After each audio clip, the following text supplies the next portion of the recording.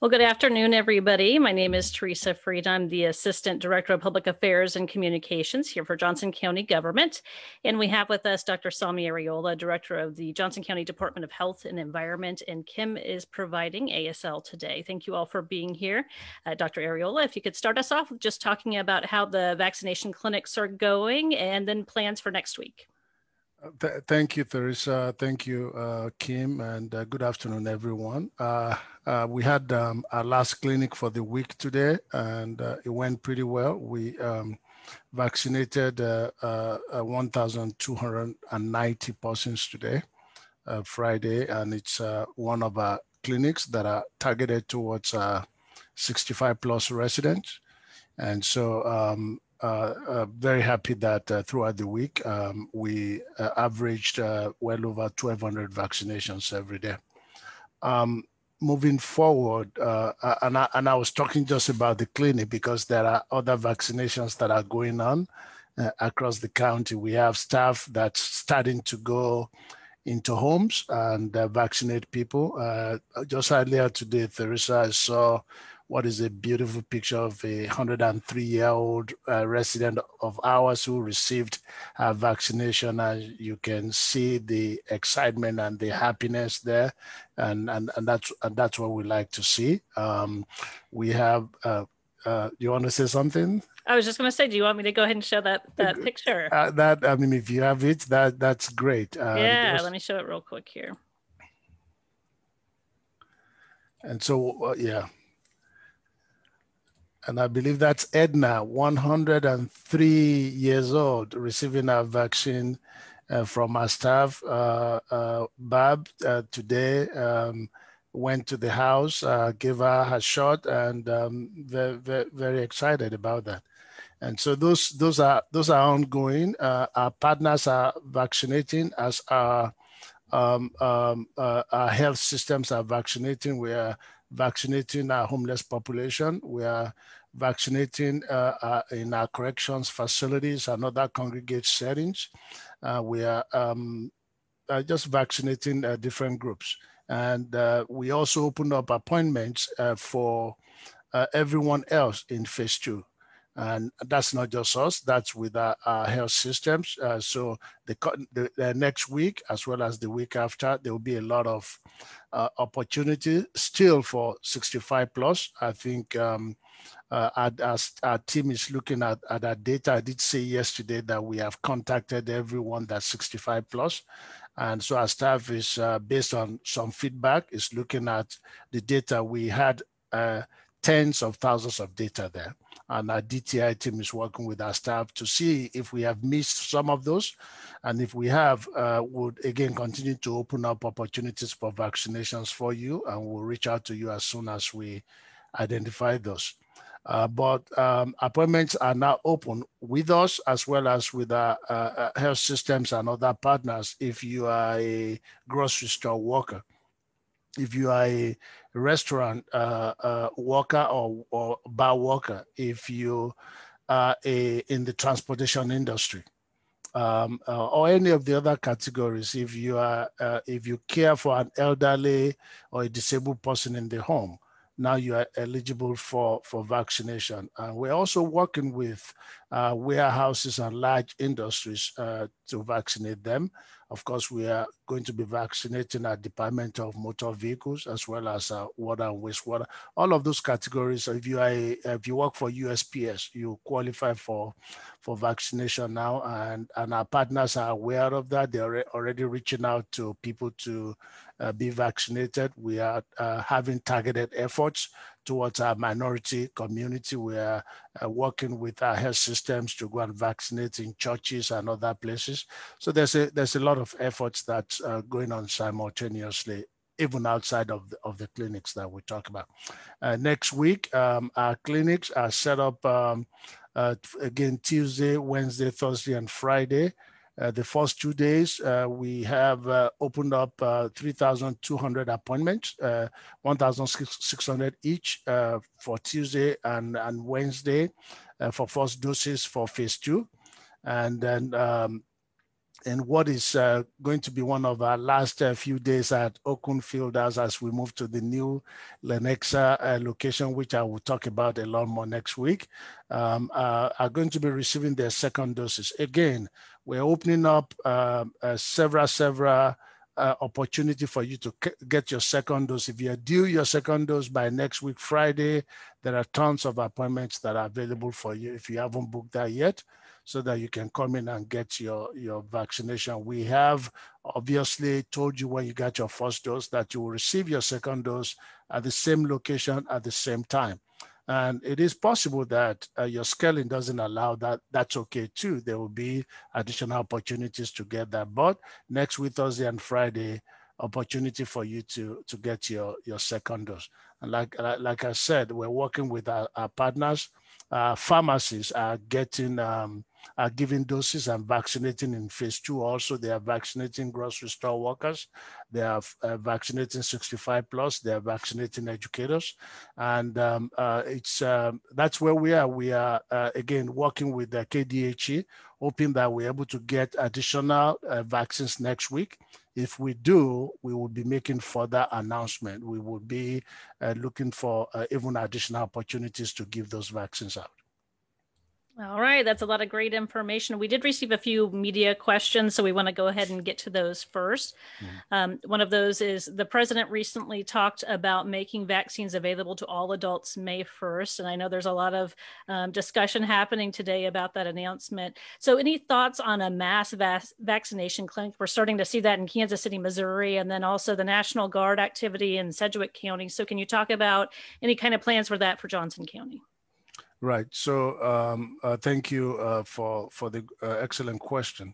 So what we are currently doing, we're giving out 7,000 vaccines a week, is technically what is a high throughput vaccination clinic. And so the mass vaccination clinic really is able to do several thousand more a day or in a couple of days. And so we have always left that option on the table. So that option is there. We have been in conversation with KDHE. And so I think for now, I would just say that option is on the table. If that's going to happen in the next few days, we'll let you know. But again, I would say that consistently being able to dispense 5,000, 6,000, 7,000 vaccine, that's obviously any opportunity to improve on that based on availability of vaccine, we'll take that on. So if that opportunity presents and it's helpful to vaccinate more people, we'll definitely take it. And I know you've mentioned too about having the capacity to do those mass vaccinations, but we still have limited supplies coming into the state to warrant something like that. Yes, we do. We still have that. Again, the KDHE did reach out to us earlier this week, and obviously looking at possibility of us getting additional doses. If we do, that would be great. And we definitely look, which we're already doing. We've got our different partners in our health systems. The idea behind our approach is to be able to ramp up when we get more vaccine. But again, if the option is to do a mass vaccination clinic for a few days to vaccinate more people, we are absolutely open to that. I will say that part of your question was with the president talking about opening up vaccination to every adult by May 1st. I think that would be welcome news. The only reason why we have the phases and prioritization was strictly because we did not have and still do not have enough vaccine. When we do, then it will just be a matter of opening up appointments and people booking their appointments and coming in. And that's what we want. And that's what we continue to stress. We're very happy that our residents want to be vaccinated. And we have people that are absolutely happy and to vaccinate you and looking forward to doing that. So I think that common goal is what we are working towards. All right, thank you. And we have another media question, this one about moving from phase 2 to phase 3. How quickly are we going to be able to do that? How close are we in terms of the number of people who actually need to be vaccinated in phase 2 in order to get to phase 3? Right. So the decision on when we move to phase 3 will be made by the state. The last time the governor made the announcement, I suspect that that's the same thing that will happen. I will say that we are working towards finishing phase 2 or being, well, it's tough to say finish because there are always pockets of people that you miss, but we are always working towards being able to get very deep into vaccinating in phase 2 in the next couple of weeks, definitely by the end of the month. Again, the key variable is availability of vaccine. If we are getting what we currently expect to get next week and get it for the next 2 weeks, and with any additional vaccine, that would be great news. I looked at data that came in yesterday from WebIZ, the state system, and that's showing 140,000 vaccination in our county, over 140,000 vaccination, first and second doses, as our staff are working on breaking that down. That's huge. That's more than we thought we were, although we knew that we were missing some data. And so in the 65 plus category, clearly, easily, at least 50,000 vaccination have occurred. And so we feel like if we get more doses, while there might be some that remains at the end of the month with the plans that we have in place and a little bit of ramping things up, we will be very, very close we'll be very close. All right, and I know we're working on transitioning to a new interest survey, but can you talk a little bit about how people currently today would be expressing interest in a vaccine? Yeah, thank you. That's coming up. We have been working on that, working with DTI Group, and who, by the way, I say it often, but I can never say that enough. Absolutely appreciative of the tremendous cooperation that we get from them, and they work behind the scenes, and you don't really see them, but they're the reason why a lot of what we are doing out there.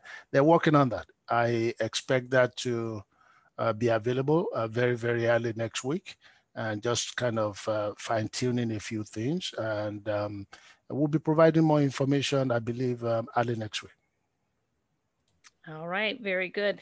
Another question from our media partners here. I know you addressed that we are expecting more vaccines potentially from the state. Can you talk a little bit about all of those different sources coming into Johnson County? So you have the federal partnership with the pharmacies and things like that that can all substantially increase potentially the amount of vaccine that we have available.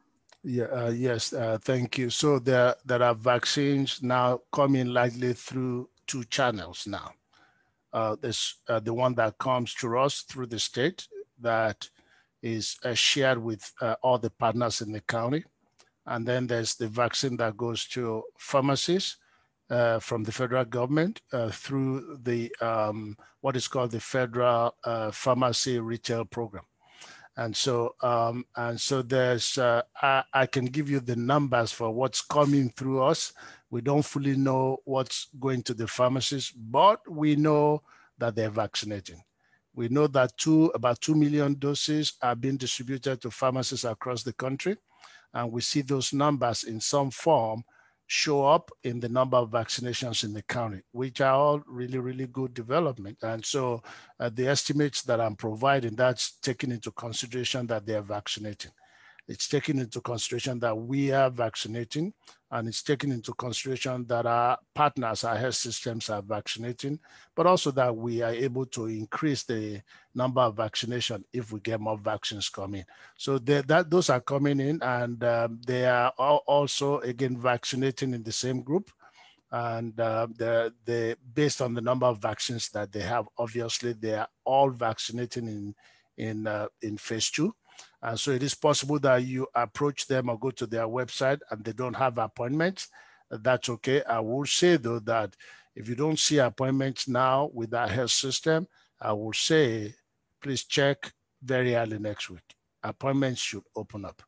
The vaccines that we get are distributed broadly amongst all of us, depending on the capacity to distribute. And we know that there will be several opportunities in the next couple of weeks if you qualify to be in phase 2 to be vaccinated. Okay, and can you talk a little bit about the Johnson & Johnson vaccine? Where is that going? And also, I want to note it's called 2 different names right now. Is that right? Can you talk about that too? Yeah, it really is the same vaccine, Johnson & Johnson, or you see the word Janssen, so it's the same company, and we've only received 3,700 doses. But those 3,700 doses have been very impactful. It's allowed us to strategically vaccinate in places where logistics is a challenge, and so it's been our friend in terms of vaccinating our homebound patients, so we don't have to go back there twice. It's been our friend in vaccinating our homeless population, where sometimes it's a challenge seeing them come back for the second dose. Absolutely been impactful in our targeted vaccinations, again in our intellectual and developmental disabled group, again for the same reason. Logistically, this is just our friend logistically. Now, having said all that, we have been getting a lot of specific requests for Johnson & Johnson or specific or Pfizer or whatever. We don't have that ability to do that. And first of all, I would say there's no point. We've got 3 terrific vaccines on the market. All of them, all 3, 100% effective in preventing death, 100% effective in preventing hospitalization, and very, very high effectiveness in preventing severe symptoms. So right now, take what's available. Logistically, we can't even do that. And all the 3,700 that we have are about finished unless we get additional allocations. However, I will say that those 3,700 came in addition to our regular weekly allocation, and it's part of why we've been able to really get deep into vaccinations in phase 2. Been very helpful, yeah. One of the things I think you said earlier, not today, but in a previous Facebook Live event, was kind of equating this to like a flu shot. You don't know the maker of your flu shot, you just get your flu shot. So is that kind of where we'll get at some point, where it doesn't matter which maker you get? Well, absolutely. That's got to be that. I have never asked when I'm getting my flu shot for what kind I'm getting. I'm just happy to be protected. I'm happy to be vaccinated, and that's the same thing. I think because in the past 1 year, we've all been tuned into what's going on. We have been watching every detail of what is approved and what is not. And I think generally, and again, very happy that you asked that question. I think generally we are not, because we are trying to be cautious. I think we are really underplaying what it is to have 3 vaccines on the market within a year, and underplaying the really unique aspect of the effectiveness of this vaccine. The only reason why we have seen a drop in death and seen a drop in hospitalization is because of these vaccines. It's very rare to see vaccines with this level of effectiveness.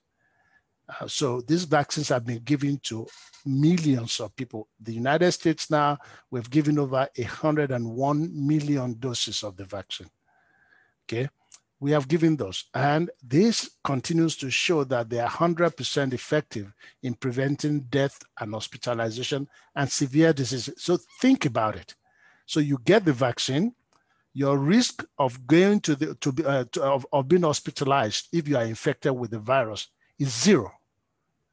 That's huge, and that's all of the vaccines in the market. So in spite of being very careful and being cautious about the rollback and the others, I do want to emphasize to people that those are tremendous tool to have in our arsenal. Excellent vaccines available for us. Definitely, that's absolutely true. We are getting some questions on social media, so I want to get to some of those before we run out of time. We've seen quite a few questions already referring to adults who are taking care of their elderly parents, and they want to know if there's any prioritization involved in getting them vaccine. Yeah, if you are an adult and you are taking care of your parent at home, you do qualify for vaccination in phase 2. And if you are also taking care of a disabled child, you do qualify for that. And so we just ask that you book an appointment when it's available. You come with an evidence that you live in Johnson County and some evidence that you play that role, and that's you will get vaccinated. And we've also had some general questions just about how we're prioritizing these groups. And I know a lot of that follows the state's plan, but can you talk about, those various tiers that we're in? Yeah, thank you. So Kansas is in 5 different phases, and we have no control over what category is in each phase. Now, I can tell you that if you look at the trend or the thinking behind phase 2, it's really looking at people that are in congregate settings that are have the capacity to what is called high contact group.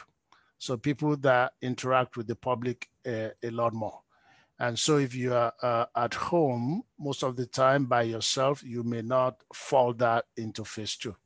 Now, but so if you see the congregate settings, if you see the transportation workers, grocery store workers, all of those groups that we have are based on high contact workers. Those are what's in phase 2.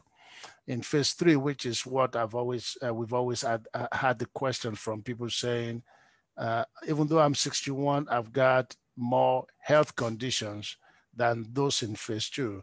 I don't disagree that your health condition may predispose you to some of the more serious consequences, but there's some of the health conditions that people talk about that may predispose you to some things, but not necessarily to COVID-19. And so that's the one thing to keep in mind. For example, some of the key things that we've seen, obesity, for example, is a huge predisposing factor. And so, so you would keep those things in mind. But also the other point is phase 2 is such a huge group. In our case, could be as many as 150,000 persons. And so the more group you put into phase 2, then the longer that we stay in there. Again, I am hoping that more vaccine becomes available, and that's the projection we're getting from the White House, which case that putting people in phases may not be important anymore, but still our capacity will still be the limiting factor, because you're still going to have appointments run out, but then it would reduce the need to put people in phases, and I think that's what the president said, that by May 1, the goal across the country should be to make it open to all adults. And so the phases, like I've said the past 2 days, I expect them to be less important moving forward. Doesn't mean that we can give everyone the vaccine that they want in 4 weeks, but we're going to keep plugging away. In phase 2, because it was so large, we chose to break it down into 3 tiers. So we had tier 1, tier 2, tier 3, and up until this week, we had focused on that very large tier 1. But now we've opened up to everyone that is in phase 2. I will say that the past 1 week, we had done targeted vaccination in tier 2. which is why we're able to open it up to the entire phase right now. All right, and one more question here from social media. The CDC's guidance came out, it feels like it was weeks ago, but I think it was this week. I don't remember now, but just sort of a relaxed stance on masking and physical distancing if you're vaccinated and with another family, for example, in your own residence who's also been vaccinated. Can you talk again about that? I know there are people who are feeling anxious to get out and socialize, but we might not be quite ready for that. Yes, thank you. We have to continue to be careful. I think I like our numbers. I like where we are. It took a lot of efforts from you for us to be where we are. The trajectory is really good, but we also know that it doesn't take much for that to change. What I think would not be good is to do the right thing at the wrong time or not be intentional about rolling things back and lose all the gains that we have made. What we have seen in the past year is once that trajectory changes and it starts to climb up, it takes a lot more effort to contain that and to bring it down. So I continue to appeal to our residents to keep doing what we're doing. Clearly, what we are doing is working. The more people that we are vaccinating, the more severe impacts that we are seeing. But again, the virus is still here, and it's going to take a lot more effort to suppress them.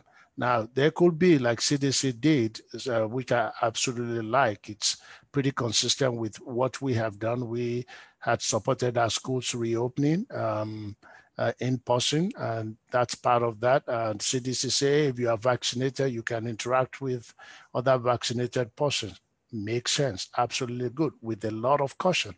It even says you can interact with unvaccinated persons if from one household, and also if they are low risk. So if I am staying home with my 83-year-old mom, even though I'm not really at a very high risk, if I'm going to go home to my mom and I'm potentially exposed, that's not a good thing for me.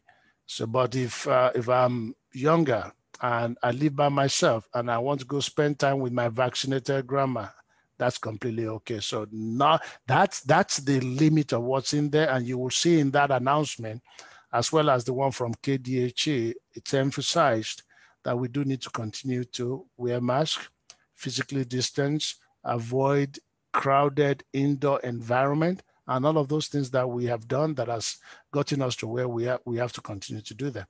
I will say this, that for me, as much as I tout the importance and the benefits of having 3 vaccines there, as much as I want people to understand that we've got very powerful, very effective vaccines out there, and that it's not, we don't need to minimize the effectiveness and the strength and the impact that these vaccines are making. I also do want to emphasize that it's not, it cannot be the only solution. We have to continue to do these things. I do like the president's target of us being able to do more by July 4th. So let's get a huge percentage of us vaccinated. Let's keep this virus down. Let's focus on that target of July 4th. Maybe, just maybe, we are able to grill out with people, interact with more people, have a few beers together. That's a good target. And I absolutely like that. All right, and one more comment from social media I think we should hit on, because they say we need to do a reminder on this, and I would certainly agree that you don't necessarily have to only fill out the interest survey for Johnson County in order to get a vaccine. You can also go to those pharmacies, you can go to your healthcare partners. So can you just reiterate that for us? Yes, thank you again for that. Yes, we are all pulling from the same pool of vaccine. And like I've said, it's not about 1 or 2 locations, it's about multiple locations, all designed to make access easier for you. And so if you should be able to reach out to the pharmacies and complete their forms to be able to receive vaccine. Same thing with all of our health systems, all of them. And I can tell you that several of them are working on ramping up and being able to give more. So complete hours so you can get an appointment from us, but don't limit that to just completing our online interest form. That will slow you down. Why focus on 1 or 2 locations when you can open that up to 20, 30 locations? I would encourage you to continue to do that. Pharmacists are giving them out, and I expect them to be giving more in the next few weeks. Our health systems are doing that. Advent Health, Olathe Health, KU Med, St. Luke's, Menora, Overland Park Regional, they're all giving those things out. And so, and we're all working together. We're all in phase 2, giving vaccines to the same groups of persons. If you were on the KU media program this morning, you will have had the same thing. We meet weekly, we talk about those things. Our messages are consistent. Go to those websites, book appointments, get vaccinated. That's what we all want. All right, sounds good. Any other final thoughts before we close out today? Other than everyone, have a nice weekend. We'll get back to it again next week. Thank you. That sounds good. All right. Thank you all for tuning in, and we'll see you on Monday.